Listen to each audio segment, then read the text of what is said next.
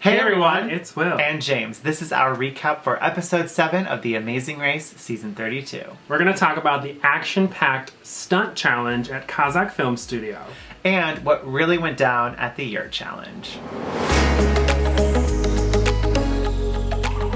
At the start of this episode, we give a little bit of insight into where our relationships really lie. And we mentioned that our solidified alliances are with the Beards and Hung and Chi. And then we also have really strong relationships with Ishwar and Aparna and Gary and D'Angelo. But I think the emphasis really needs to be on the fact that it's Hung and Chi and Madison and Riley. Mainly because at this point we go to the travel agency, pick up our tickets, we see each other at there. It was just those three teams, Hung and Chi, Madison, Riley, us. We go to an additional hotel to look for facts about Kazakhstan. Yeah, like while we're at the travel agency, we're like, we should all like go do research together. None of us know anything about Kazakhstan. We look up a hotel nearby. Our taxis are like, we'll take you there. And yeah, it was a lot of fun. Our three teams working together. We sat for, I want to say like 2 hours going through facts, looking at different fun facts about Kazakhstan. We just had Berlin where the clue was about sauerkraut. So your brain kind of gets into like, what food do they eat? What do we need to know? What do they do there? Exactly. So we did a lot of stuff together as these three teams at a hotel, really like developing those relationships and saying that, and we're just having a lot of fun together. Yeah, all three teams were just having so much fun on the race that we just, vibed, got along really well, really enjoyed like racing with them. Because we spent so much time doing research, we kind of figured by this point that all the teams were going to be at the airport waiting for us. So we decided when we got to the airport, our three teams would enter through 3 different entrances just so it wouldn't look suspicious. And we pulled it off. We all kind of trickled in at different times. Of course, I think maybe it might have been Gary being like, oh, where have you guys been? And we were just kind of like, oh, yeah, like our driver like kind of drove us around. And yeah, we got a little night tour of Berlin. Because I don't necessarily know, and they're not showing it in the season, if any other teams went and used computers at airports, hotels, personal phones from locals. I don't know. So we didn't want to give off the impression that we were doing that just because we didn't know if anybody else was. Didn't want to give them that advice per se. But anytime we had downtime to do stuff like this, we always utilized our resources. So yeah, you had to. We felt pretty confident going to Kazakhstan with the research that we did do. When we land in Kazakhstan, I was blown away at how beautiful it was. The sun was rising over the mountain. It was just truly a sight to see. Oh my gosh. It's something that you can't explain because the backdrop of the city, it looked fake, is these massive mountains. They just looked like a massive wall. And of course it's snow-capped too. So it was adds like so an extra beautiful layer of beauty. Because we started this leg at very early in the morning before the sun was rising.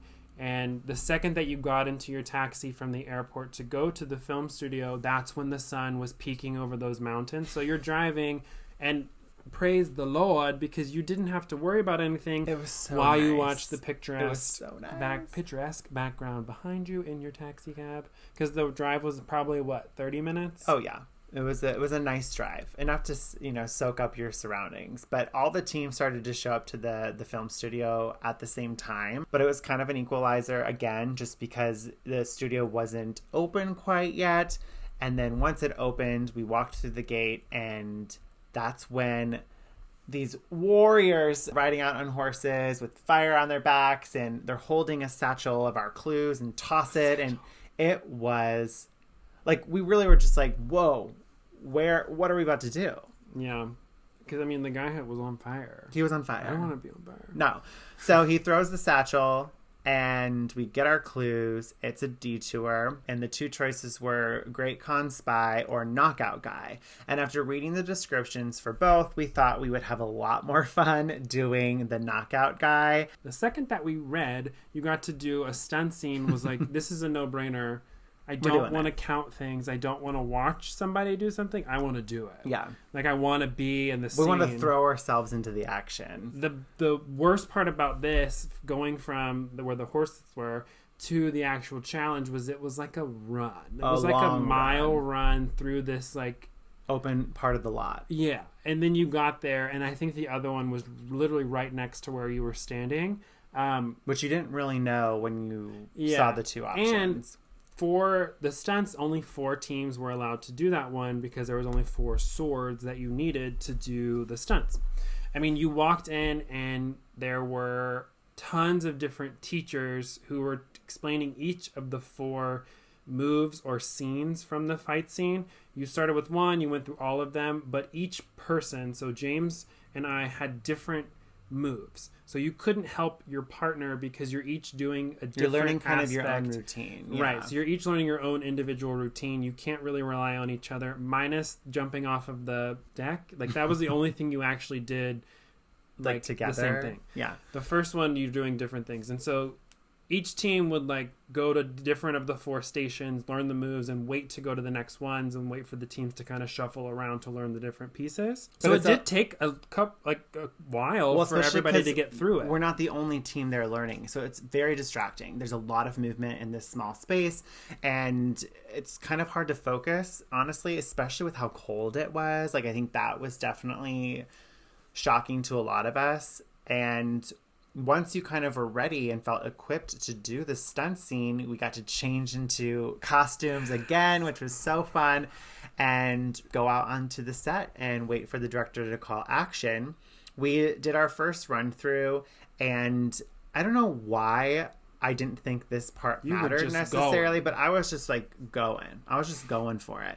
And because I was going for it, I went ahead of Will for the routine where you block people throwing like rocks out the window, and I didn't think that it mattered, but clearly it did. So we were really fortunate in that sense to know immediately, like, easy fix. We don't need to repractice it. Let's just get back in line and do the routine again. It was all staging issues. Like, we knew the moves and had practiced with the helpers or the teachers, and like it was just little staging issues that we needed to fix. And granted, like, I just was excited to fight. It was so fun. First up was, using your swords to battle the warriors, and then you pick up those shields and you let the rocks fall, and then you grab a sack from the back of this carriage and you use it to, like, whip around and smack the warriors, and then you grab this pole and you push and kick them back and then climb up the ladder and jump off. I loved it from start to finish. And then you had to break all those pots to find a clue if you got approved, and like, not every pot had clues, and so I want to say we did like at least broke 5 pots to actually find the clue. Kazakh-SLAY. We left shortly after Madison and Riley, so we knew that we weren't at the front of the pack.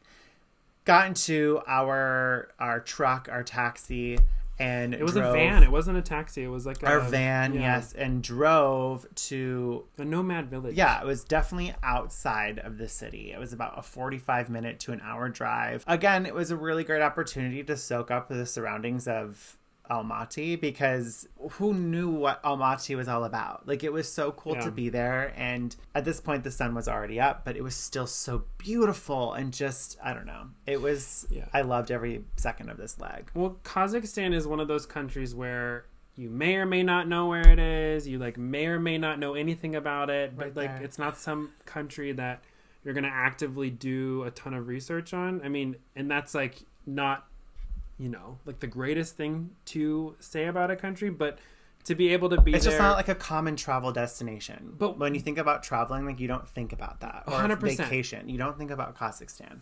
Yes, but also we had no preconceived notions about this country. Nothing, to no where you think about Paris, we're going to the Eiffel Tower, we're going to have a baguette. You go to Kazakhstan and you're like, what are we doing? I don't know anything about it, and we were literally just so excited for whatever, because you just wanted to learn as much as you could about something that you really don't know a lot about. Right. So going to the nomad village, like, we were super excited. Yeah, we were definitely just like hyped up on adrenaline and excitement that When we got there and noticed we were in third behind Hung and Chi and Madison and Riley, there was really no point in us using our yield. Yeah. So we decided we'll hold on to that and grabbed our camel, which was so cool, and walked up to our yurt. And when you see the teams talking about how cold it was freezing, like a cold you never experienced before. I mean, I'm from Michigan, so you definitely have snow and deal with cold weather, but this was unlike anything I've experienced before. I just looked up the temperature in November of 2018. It was in the low 30s. And that's in the main city of Kazakhstan. We were outside of the city in like a barren area that's covered in snow, mountains everywhere. So it's probably like 5 to 10 degrees colder than what like 32 in the city. And the worst part was taking your shoes on and off, because the example you couldn't have shoes on. And so your feet, like we wouldn't put our shoes all the way back on, going from looking at the example back to our yurt, and so our feet were soaking wet. Our socks had couldn't feel your toes, frozen over. Another thing about me is that I lost my gloves in Paris. I want to say after the pies in the face, I lost my gloves and didn't have gloves going into Kazakhstan. I don't remember if we bought some at the airport or something. I think we bought some at the airport, but they were cheap. Like the cheapest kind, so they're not even made of like good quality material. Literally didn't do anything. It absorbed the moisture from the snow. And all the rugs that you would put on the wall of the yurt had these really thick ropes, and so I had to take off my gloves because it was hard to tie them. And there were 2 huge rugs that went on the wall. There was like a border, like table runner type thing that went around the top, and there was 1 small rug in the back as the centerpiece. I want to say on the floor there was 1 big one and then 2 colorful ones that had to be organized correctly. And then I think there was like little trinkets on the wall, like a saddle from the camel. Yes. There were like tails of animals on the other side. There was a lot of intricacies. Of pieces. Yes, there was a lot of pieces to the yurt setup, and you really had to make sure everything was to the T. Yeah. So finally, Gary and D'Angelo and Ishwar and Aparna show up. So at this point, Haley and Kaylin and Leo and Alana have yet to come to the yurts. That's when you see Will and I kind of talking about this strategy with the yield, that while we're setting up our yurt, Haley and Kaylin are pulling up, and we discussed that, okay, maybe we should yell out to them to get them to use their yield. And again, this was purely strategic. This was an opportunity to not only take a yield out of play for the next leg, but it's also an opportunity to go after a team, like we said what our strategy was, go after Leo and Alana, who are probably the only team in the race at this point, to our perception, that would either U-turn or yield us moving forward in the race. So I felt like it was the right move for us to make. We didn't make the move. We just gave like a little nudge of like, hey, if you want to stay, you have a 20-minute yield. This benefits you because it gives you an extra 20 minutes to complete this task, which takes quite a while to get this figured out. So it obviously benefited the girls.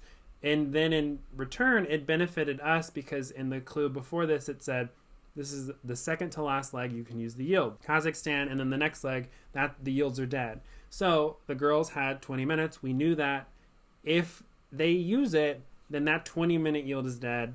None of the other 5 teams are going to yield us because we've built this level of trust. Or so we think. This is our perception in this moment. During this moment, yes. And so that was like the first instance. And like you said, Leo and Alana were going to 100% yield us or U-turn us if they had the chance, just because, like, why wouldn't you? Like, I would have believed that they would have, regardless of if they were over it or whatever. And perception is reality on The Amazing Race. So yeah, Haley and Kaylin play their yield. 20 minutes on Leo and Alana. Haley and Kaylin start building their yurts. Will and I get ours checked. We did get the yurt complete on our first attempt. Yeah. You can't have a complete yurt without a good lamb's head. Just a good head. We did it super quick. Because we read our clue. And in the van ride back to the city, we are like, where are Leo and Alana though? Like, seriously, where are they?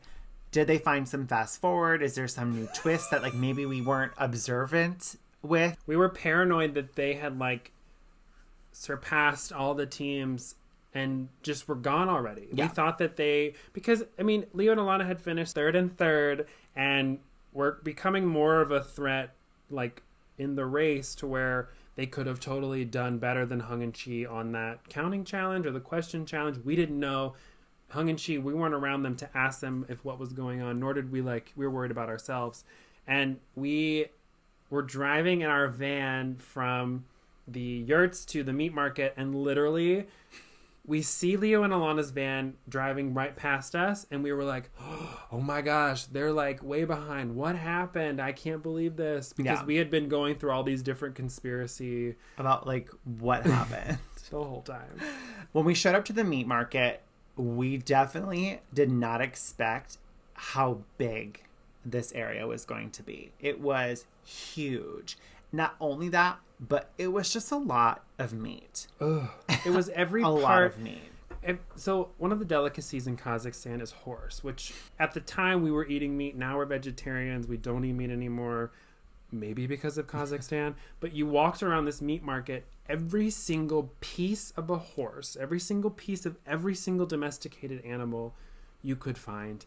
And it was all just like rancid smelling, like it wasn't pleasant to be around. It was just a shock. It was just a lot to it was take a in, senses overload. And not even that, but when you're in race mode, you don't really know what you're looking for. Yeah. Your immediate brain goes, there's just a lot of meat. Like, how are we going to find this clue? And I think this is when that fan brain kicks in, and you're like overthinking everything.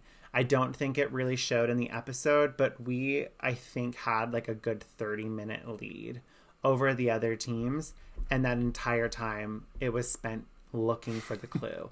We would see these random yellow, red, yellow markers on different vendor stands throughout the meat market. We would go up and ask them and say, do you have a clue for us? And they'd be like, no. They would look at us like we were crazy. Yeah. And we just kind of overthought it. So that's when we went back to the entranceway of the market, and Will was just kind of like, okay, let me see. Let's look at the bigger picture. I think this is when your 6'6" height came into play, because I don't know what it was, but you saw the clue box peeking over the balcony ledge, and immediately was like, aha, that's what we need to find. Yeah, because the clue to get here said, find your next clue in the market, the meat market. So you didn't have any context of like, where is it at in the meat market? So after we had done our shuffle through the things, that whole like new perspective was what I think we needed to be like, that was frustrating. Let's start over, remove all of this like negative energy we have of like being frustrated that we can't find it,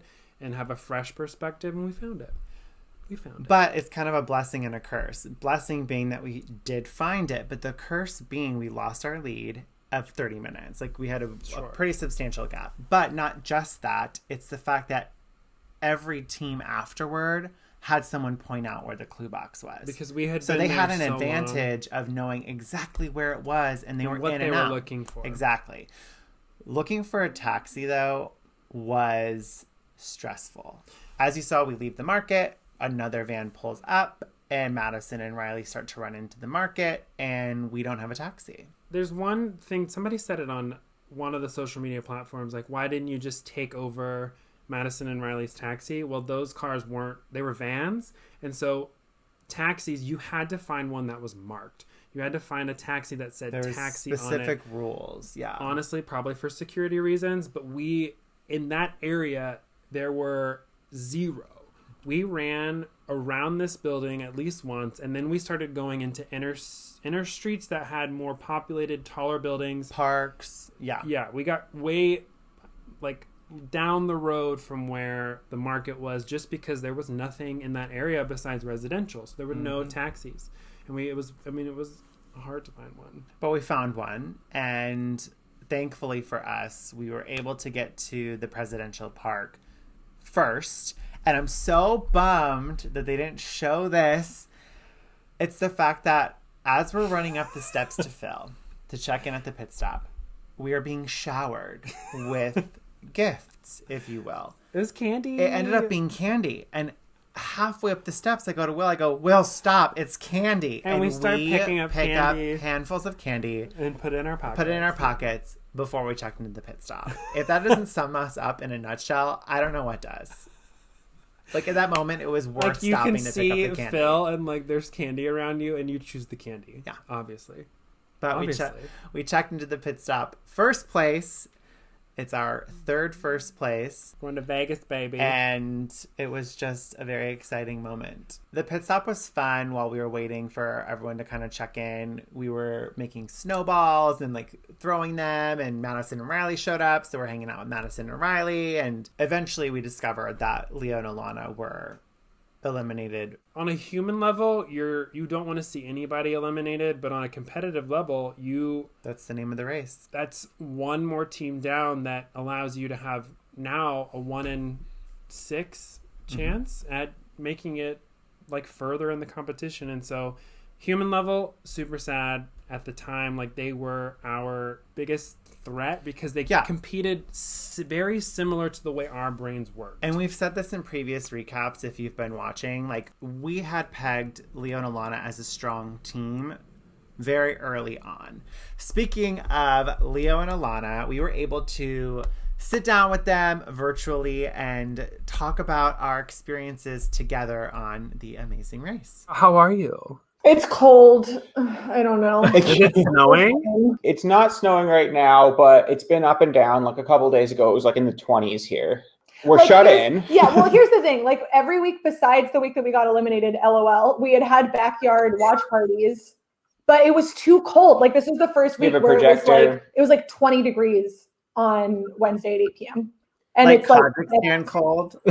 I was just like, I can't. It was about Kazakhstan cold. Yeah, or it was cold. The Berlin train It was station. Berlin cold. It was Berlin cold. And I was like, I'm not going to, like, no one wants to do this. Also, this is going to be such a bummer of an episode. Like, I mean, it would have been fun. It would have been fun, but it's just hard. Yeah. Anyways, this is all to say, like, we aren't seeing anyone anymore because we can't see them outside because it's cold. So, So what did y'all do on Wednesday? We just watched it by ourselves. We just watched it all regular. I mean, also, we had a bottle of champagne. We did actually. We had a bottle of champagne the next day. Okay. We just drank a regular. Yeah, we drank a lot. Oh my god. So I mean, we just want to chat about the race. Like, we don't really have like specific questions or like topics or whatever. We just wanted to chat because, like, I mean, it's no secret our teams are like polarizing as hell. We're providing all the drama this season, it turns out. Exactly. There's definitely so much that we've seen that we didn't know about. Not that anyone tried to hide it from us, but like you couldn't have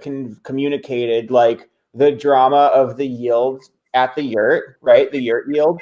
We just figured they were second to last, and that was all there was to it, you know? But like the fact that you got them to burn their yield, and then because I mean, on one hand, like we were talking about this, like they have agency, like they made a strategic choice. Like, sure, you had input, right? Yeah, it's been bothering me that people are like, Will and James made Haley and Kaylin do the yield. And I was like, so, like, we are not mad at them. And they did, like, they chose to do that. And it's like so rude to take, especially because they're like one of the few, they're the only all-female team left. Like, I was like, no. Like, they're trying to play the game just like everyone else. I think it's also like there can be some truth to both. Like, I think it's pretty clear that they wouldn't have yielded if you guys hadn't started, if you hadn't peeped out of the yurt. But like ultimately they made that decision. Like I would do the same thing. Like I'm going to do one thing, and then someone's like, "Hey, consider this," and you're like, I probably did go for that. Especially, I mean, it was also very low. Did you guys know they had a 20-minute yield? Yeah. Okay. I was not keeping track of that because in my mind the yields like didn't matter, and like in reality none of them or this one didn't matter. 100%. Yeah. None of us knew how far behind y'all were. Like we had not seen y'all, so like when we didn't see y'all at the yurts, we were like, they should be. And I feel like you had like a fast forward, right? Like you thought we found, the whole like van ride back into Almaty. I was like, what if they got a fast forward? Like, what if there was some random thing that like we weren't observant about, and they saw the fast forward and they were like, we're gonna go for it, or maybe there was something attached to the task. I thought of like everything possible. I was like, where are Leo and Alana? I mean, I wish that was true. Also, we would have done it. Like if there was some sort of sneaky thing where there was a fast forward at one detour. We would have gone for a fast forward. For sure. And I also think that Hung and Chi probably wouldn't have, because they were like so safer. I don't think they would have either. Yeah. Yeah. I think that like seeing that episode, I think I remember, like I knew it at the time, but I remember now better. I had sort of forgotten how we were actually still in it at the yurts. Like we definitely completed the yurts faster than a number of other teams. If we had been, even faster, I mean, with the yield, I don't know if we could have made up all that time, but if we had been even faster, I think the yield could have actually been the nail in the coffin. I had a question for you too, and I can't remember what it was, and now I'm mad about it. It was about Kazakhstan, about oh no, it wasn't. Here's my question for you about that. I actually don't think I've asked. You probably have asked James this question. I can't wait to find out what it is. When you guys formed that alliance, was that because you thought that we had already formed an alliance? I have another question. Was it or like you always had that plan and then you're like, oh, this is the time we have to do it because apparently other teams have already, like, what was the thought process? There's like two layers to that. Yeah. If you think about Bogota and you guys helping blondes, at the pit stop, you guys were all celebrating and hugging each other. And Will and I were like, oh shit, like something's going on between these two teams. And we hadn't solidified really anything serious. So then if you think about when we go to Manaus and we're in the airport, that's finally when we pulled the trigger on pulling in the beards and saying, let's work together. Yeah. Like that was the only team at that point we really were like, we have an alliance with, you know what I mean? The tall man alliance. The main concern we had like right after Bogota was that if we were in the bottom two with you and the blondes at any like leg, we were like, oh, then we're gone because that's a fair. Yeah, that's a fair. But it was perception though. Like we didn't know if it was true. We just kind of got this narrative in our head, and we're like, this is what we do. I think we're good. I think we're good. Okay. Yeah, and we have perception really was reality at that early stages of the race. I mean, perception is always reality, right? I think that is probably what would have happened if we were in the bottom three with you and the blondes. Why not? The reason why is because and the reason why we helped, or part of the reason why we helped Haley and Keelan, a large part is because like we thought that we were a good alliance team and we had sort of similar we thought we could beat them later. That's the truth of it. And so it was like, why not get out a strong team and also be with a team that we think that we might have like an ability to beat at the end? Yeah. And brilliant strategy. After you U-turned us and they got us back and they showed us that they could think strategically and also like we're sort of good with that bargain, then why not do it again? Right. Like it just never really came up again. Yeah. Because we were never in a position where we weren't last together. And I'm thinking about like the orchestra challenge. Like Kaylin was struggling with that. I wasn't really, and like got out of there. But like at that point, we were trying to like climb up the ranks, honestly. Like I was like, this is our chance to get in the top three, which we did.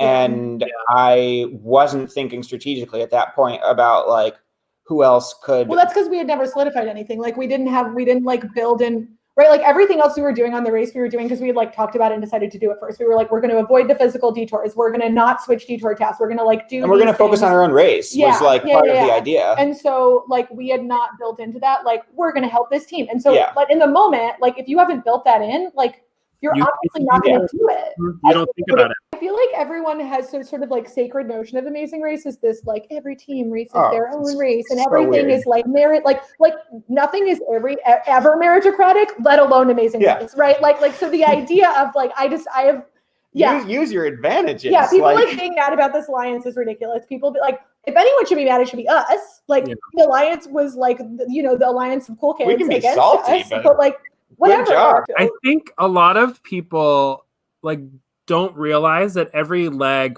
minus Paris so far has been an equalizer and every team has a yield. So there's like this social dynamic of like, I don't want anybody to play a yield on me. I have to be nice so that I'm not seen as like a mean team. And then somebody slaps a yield on me or like there was a whole layer that really isn't communicated very well because we were all in first place every single leg. Yeah, and you guys with the U-turn, like that's exactly what you're describing. How then we were still in it, and then like you had to deal with us further. Yeah, and like we were really committed to not letting like some desire for revenge to cause us to like yield you at a time when it didn't really make sense. It would have just been like annoying. Maybe it would have been good TV. But like that's our yield, our little yield. Like we might need it for later. But like what happened with us surviving that U-turn is exactly like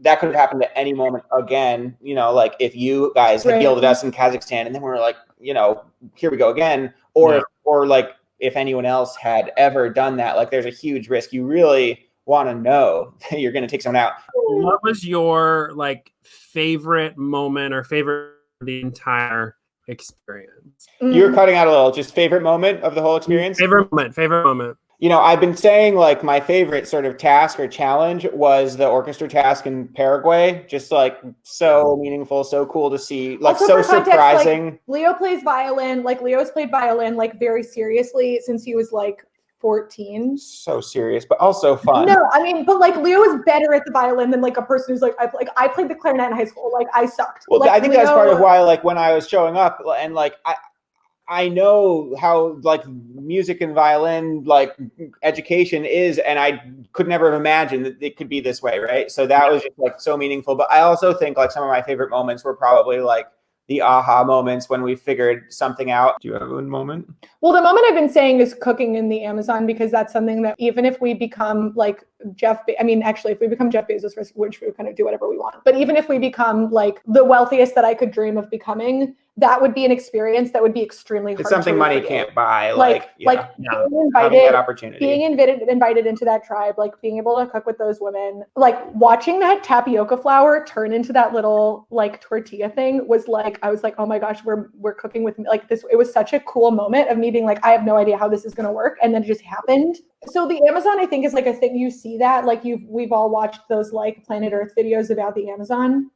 And so, or I don't know, like everyone who's ever smoked weed has watched all those Planet Earth videos.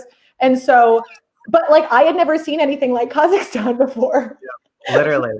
And so it really felt like we were in a place that I could never imagine. And it was so pretty. Yeah, it's part of Earth that, you know, you don't. It was so pretty. We don't think that. And I also didn't, when you said Kazakhstan, I imagined like sort of like cold snow basins of like flat misery, and like that was like not at all what it was. Yeah, it was really pretty. But I think, I mean, the Amazon, like that whole experience with the tribe. That was so exciting to hear that we were going to the Amazon. Like the Amazon is one of those places that like as a little kid who reads Ranger Rick, you learn about, right? Like that's where it happens. That's where oxygen is made. Right. No, that was part of the earth is the Amazon, or the lungs of the earth. Longest river, right? Like how many wildlife? Yep, all of that. What up until this point? What's your guys' favorite moment?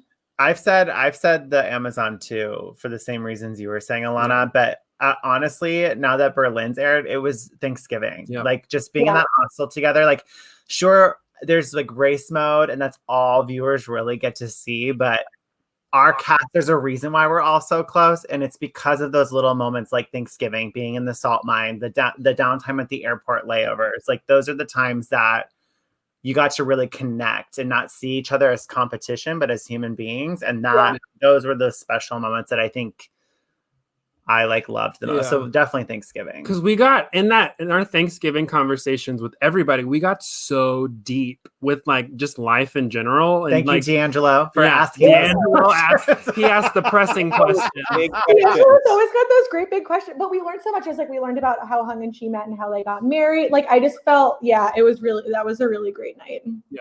It was, and the food was good, and like we just got to like just chill. Like there was no like consequence for what you were saying. It was just getting to know people. Yep. I remember that's when I learned that you guys were, had talked about getting married. Yeah, I remember Naparna was like, I planned out my wedding as well. Like everyone was. Yes. There's a lot of wedding. And she's like, we're going. We're like, well, we're not quite there yet. I don't know. Yeah, y'all talked about it a lot when we were at those conversations, and here we are 2 years later, you guys are not married, and then seeing Aparna get engaged after talking about it 2 years ago. It's like now life. Like it's happening. And Madison got engaged. Actually, Madison got engaged. He was in that conversation too, and Hung was like, what about you, Madison? And he was like, we'll see. Yeah. He was like, we're in a really good place right now. And I was like, oh, typical man. Like it was really when I'm thinking about favorite moments, you want to think about like these like incredible things that you see on the show. But like that's also another moment that will never be able to be recreated. Like that's also a moment that is like very unique to that experience in that time. And we'll never, like when we do reunions, it's like that, but it's not like that. Well, and that's what we were saying earlier about like those sort of special times when for some reason the race was basically suspended, and we were allowed to interact off camera. And there were only a few throughout. And the fact that it was like in the middle of the race is part of why it was. Yeah, and we were all, and Leo said, I'd forgotten that you'd said this, but you reminded me recently that was half of us were going to be in the finale. Oh yeah, so this was before. That was before Haley and Kaylin showed up. We all thought that was an. We thought we were final 6. We thought we were final 6. We were sitting there. We were like, we're final 6. Half of us are going to be in the finale. And that feels wild. That's when it starts to get real. And then Haley and Kaylin show up, and we're like, shit. Yeah, we're like, take it back, I guess. Queen of luck. Yeah. Now we're still in the bottom 7, and that's where it ended up. Seriously, yeah. Now we're in the bottom of that half. But yeah, it was like we have a half a chance at like having a real shot at $1 million. Like that was how or bottom 5. It felt closer. Top 7. Yeah, it felt closer in that moment. Yeah. It was very cool. Well, we love you guys. We love you too.